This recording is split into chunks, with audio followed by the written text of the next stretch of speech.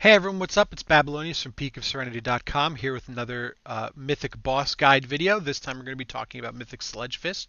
Sludgefist was one of the more enjoyable fights I felt in Mythic, certainly from a melee standpoint, and certainly because we only had 3 melee in on the kill. So if you had more melee, if you were ranged, you might not enjoy this fight as much as I did, but that was the way that we killed it, so it worked out pretty well, I think, for me. So to get right down into it, Sludgefist is entirely a single target fight, so you're going to want to set up your talents to maximize single target. You can go with Eye of the Tiger as a good option, just so you don't have another button to cast or another thing to miss. The damage will continue to tick while you're away from the target, and stuff like that. Chi Wave, Chi Burst, both reasonable options. The difference in this tier is very small. You do see some people who prefer to start with Chi Burst. Some of the higher logs have Chi Burst, some have Eye of the Tiger. Really, the difference here is very, very minor. You're going to want to default to Tiger's Lust, just kind of a good default. Any of these other ones are useful, but on this fight, you're really not going to be using roll at all, because rolling will kill your partner. So Tiger's Lust, that's the way to go. The other 3, Energizing Elixir is going to be a little bit more difficult to use because there's no AoE on this fight, so it's a little bit more awkward to use all the resources. Fist of the White Tiger is a good default. A lot of people are most comfortable with that, but Ascension is going to be a very reasonable option if you prefer it. Some people just prefer Ascension over Fist of the White Tiger. So either way, the difference between these two is going to be minor. Fist of the White Tiger is a reasonable default. Next, you're going to want to go with Good Karma. Good Karma, there's nothing in this fight to stun, nothing in this fight to knock back. So Good Karma just provides a little bit of additional defensive capability when you use Touch of Karma, and that's useful on this fight.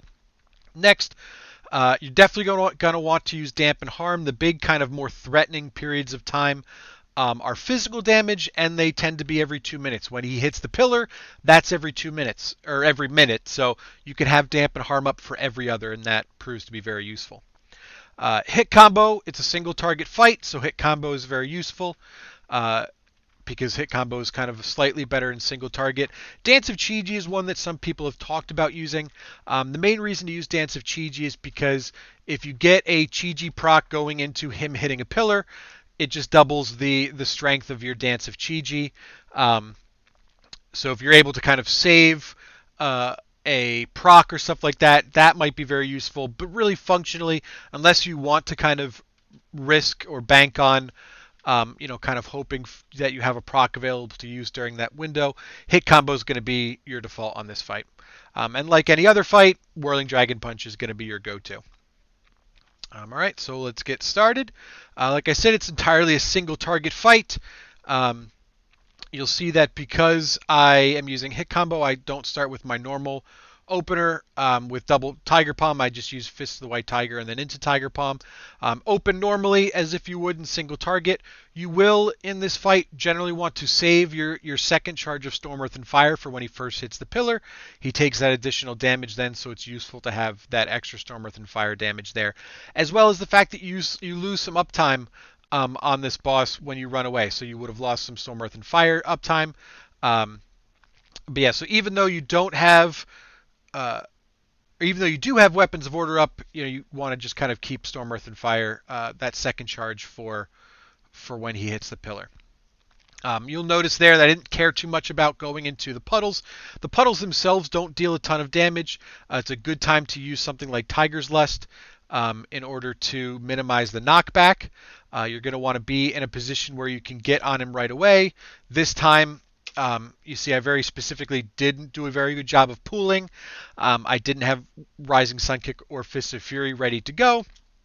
However, I was able to get Storm, Earth, and Fire up, get a Whirling Dragon Punch, and kind of push things that way. This is a situation where it can be useful to cancel. You'll see there. I'll go back a little bit. You can see here that I canceled this Fist of Fury early. I have Storm, Earth, and Fire up, so they will continue casting it. I canceled it because you have a very small window.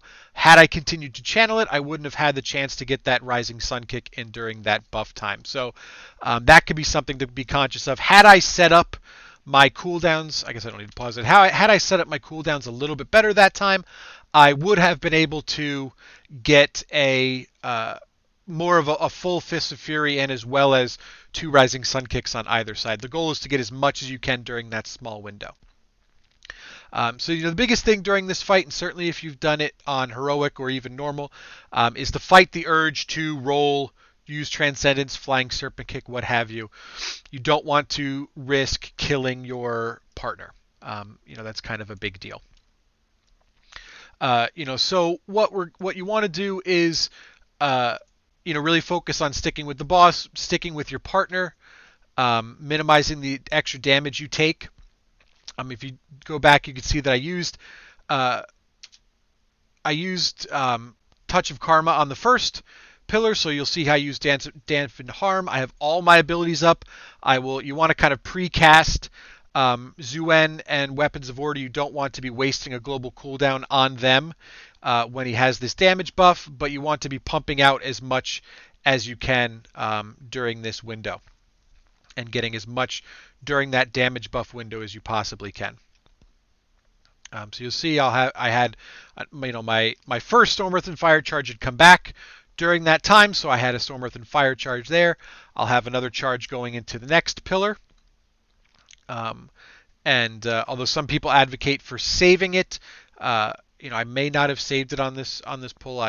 We'll see shortly. But really, during this, it's just kind of repeat. It's all about minimizing damage, not killing your partners, and staying out of the swirlies on the ground. Walking through the puddles, like I said, is very easy to do. You can do that. But getting hit by the swirlies as they fall down is a very bad thing. So we're coming up on the third gaze. I have Touch of Karma here. So I pre-cast Touch of Karma. I have Storm Earth and Fire here. You see I saved Storm Earth and Fire. Realistically, I should have used it here. Even though I would save it so that I would have 2 charges during Bloodlust and Weapons of Order.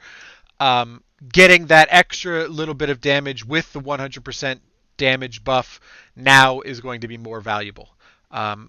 Using my next Storm Earth and Fire, is going to be 2 of them back to back, which is great, but the sum total of Weapons of Order and Bloodlust is not going to equate to the extra 100% increase that I would have gotten had I used it on that pillar.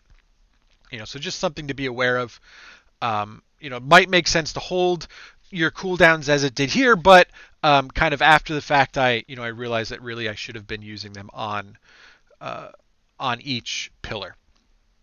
So you see we lust here a little bit earlier to get some extra healing and stuff to help us get through here. I'll save my cooldowns until after this. So you'll see I'm starting to prep, wanting to save up my cooldowns. I knew I'd have to run away because we have to soak our positions here. So that's where I'll pop all my cooldowns. Dampen Harm is up. I will have Touch of Karma up just for kind of an additional help were we to need it in a couple minutes. And really this is where you're going to want to cycle through any defensives. You can use Touch of Death with Fort Brew here just for some extra survivability as well. It's a good time.